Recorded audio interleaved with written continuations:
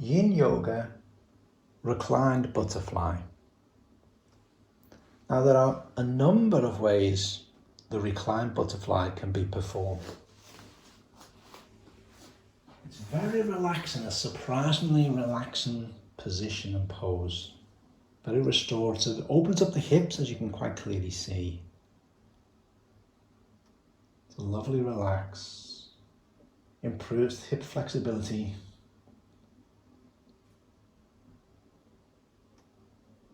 It's relatively passive. With some of these poses, there's somewhere we're going with them. We're trying to sink maybe further down. But with this one, it's relatively, like Shavasana, it's relatively passive. So that's one version of reclined butterfly. We'll just do a basic version without any props. So, various ways you can get into it. Can we just start just lying, sort of Shavasana, Tanya?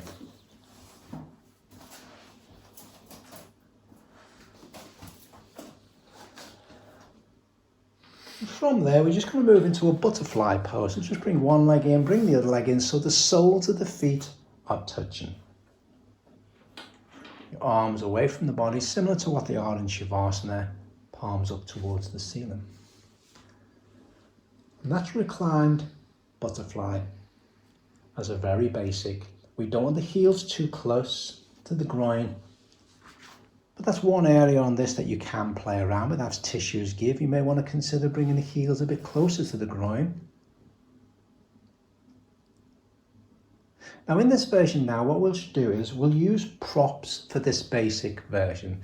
But the only real prop really required is something maybe under the knees, under the thighs, supporting the legs in some way.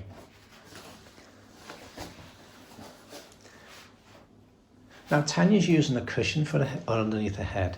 If someone is particularly kyphotic, that is rounded in the thoracic spine, they may require, anywhere where they're lying down on the back, they may require more support, a bit lifted a bit more. It depends on, everyone's spine is going to be different. If you're particularly rounded in the thoracic, you may want to be higher up. And this also takes pressure off the lower back.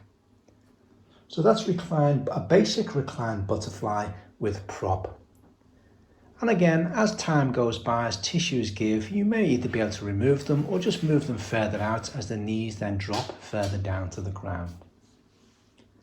So now we'll go to the reclined butterfly with a bolster supporting the spine. And again, there are two variations of this. Which variation? It's a matter of choice, but also dependent on the length of your bolster and the length of your body, the length of your torso. So one version is the sacrum, the bottom stays on the ground as you lower your spine down onto the bolster, and your feet in the butterfly position, so the soles of the feet are together, the heels away to the groin. Now Tanya doesn't require it, as soon as I said that, she's going to move them. So you may want to put the blocks and props and support underneath the thighs. Now there's also arm position variations you can do. Tanya's just got what I would class as a basic one. You can have your arms out to the side in a capital T. You can have them, I'd do that one more. You can have them in that position if that's passive enough for you. I tend to favour that position for when you're lying down on the basic reclined butterfly. So that's one option with a bolster, with your bum on the floor. And now Tanya's going to go to the other option, which is to have the sacrum, your pelvis, on the bolster, and your head and neck in slight extension.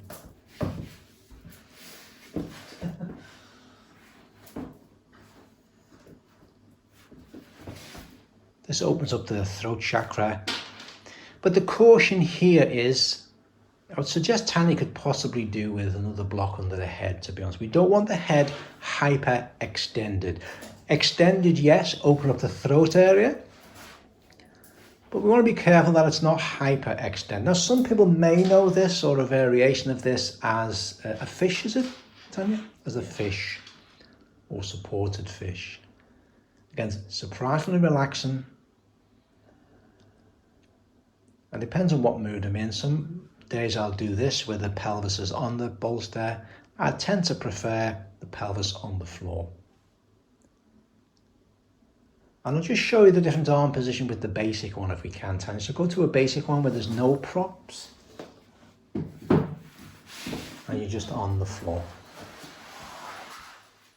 So we revisit the basic one. Soles of the feet are together, knees out to the side.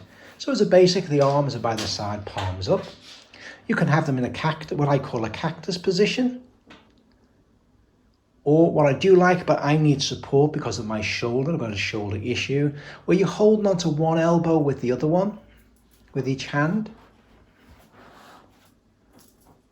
So when the arms are above, you're then bringing in the lung and heart meridians into play. Get a bit more bang for your buck. And that's the 3 different versions of the reclined butterfly.